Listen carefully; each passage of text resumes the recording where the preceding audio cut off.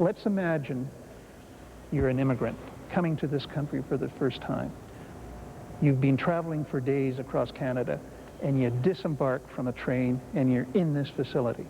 For the first time in your life, you're now going to be starting a new life.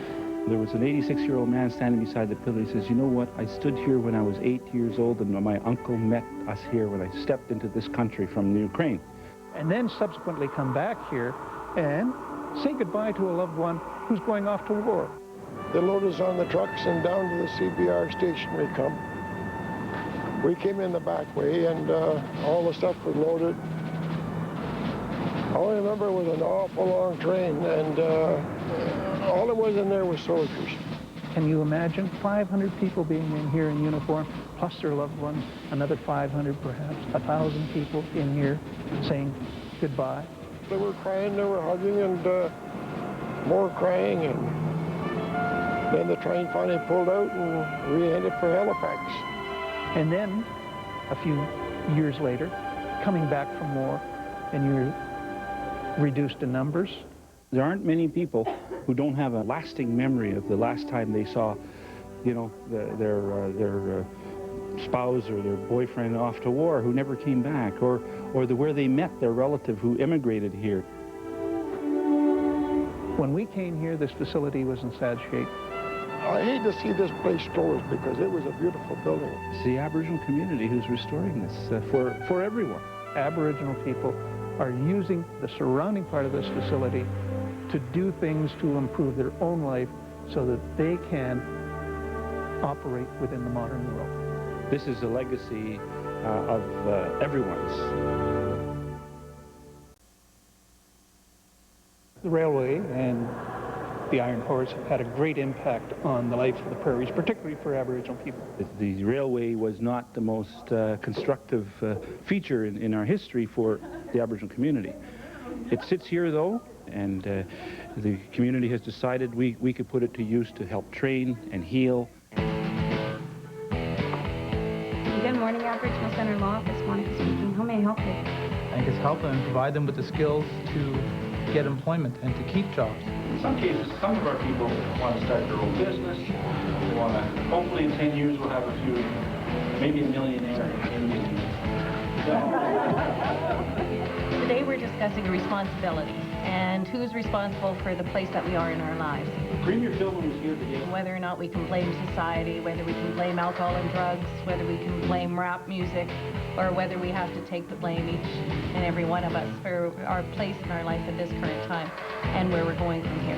Anishinaabe helps them to make the transition to employability, where they become useful citizens and they're able to get a job and make a contribution not only to themselves as individuals but to society. You now! We're going to be having powwows, we're going to be having dinners, we're going to be having trade shows, we're going to be having theater.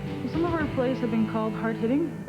If it wasn't for the railroad, Aboriginal people perhaps would have been living a more traditional lifestyle. But today they are living a very different lifestyle with a large number of people who came here by train. Obviously, this building and this site holds a lot of important memories for a whole bunch of people. And it's the Aboriginal community who's restoring this for everyone. It's kind of ironic, isn't it?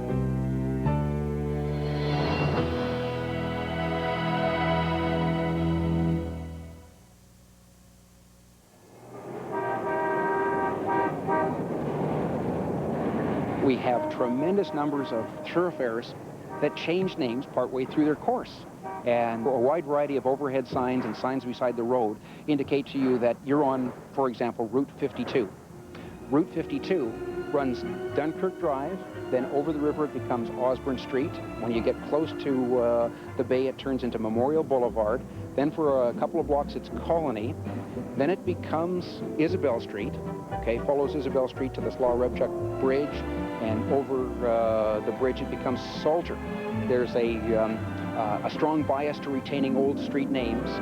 Not only are the historians anxious to make sure that street names don't disappear over time, homes and businesses along those routes, they're very reluctant to change names of their street when they may have years worth of promotional literature sales.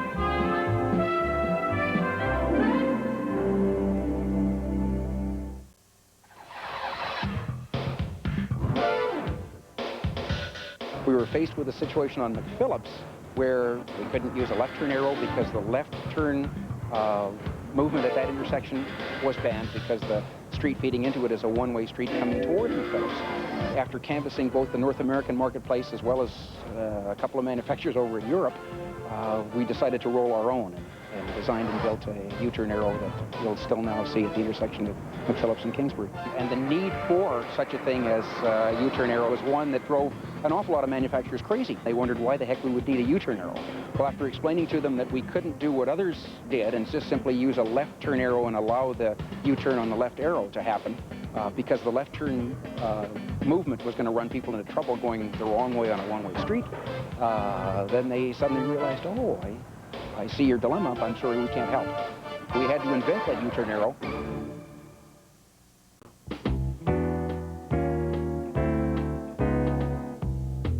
Winnipeg was the trading center for all of Western Canada, and people came from the other provinces and from rural Manitoba, and everybody traded. I grew up in the north end of Winnipeg, and at that time, many years ago, they had the farmers markets on Main Street, and I remember going with my grandma or with my mom, and they didn't have prices on their vegetables and chickens, and there was my Baba arguing about how much she was going to pay for a chicken or bartering about what she was going to pay for the vegetables. The people who make up Winnipeg, make up Manitoba, come from all over the world. Many of them came from Eastern Europe, Central Europe. I'm a refugee from Yugoslavia, so I came here when I was 5, and my grandfather in Europe was a merchant where he would go to other countries and buy things, bring them back there and sell them to people. So, and my dad was always bargaining in that, so, and I used to go shopping with him, like, you know, in the North End and that, and so when you went shopping for things, you always demanded a certain price, and you learn how to wheel and deal. It's a way of life that they grew up with, and I mean, I'm a war baby. I didn't go through the war, but I hear my parents talk about how times were tough, and I hear other people who've been in concentration camps and you know, prisoners and that sort of thing, and you know, they had to grub for everything they got. Never pay full price. Everybody wants a senior's discount if they're a senior. Sometimes if they're not a senior, they'd like a discount too. Always try to get it for much, much less than what they're asking for. I took 3 rolls of masking tape. I should get a discount because I took more than 1. Not paying full price for anything. Well, gee whiz, I'm painting my house. I'm going to be buying a lot of paint. I need to get it cheaper. If I see a little, you know, mark on the article, I'll say, oh, there's a mark here. Like, can I get, you know, 20, 30% off? I get the rush of knowing that I didn't pay full price.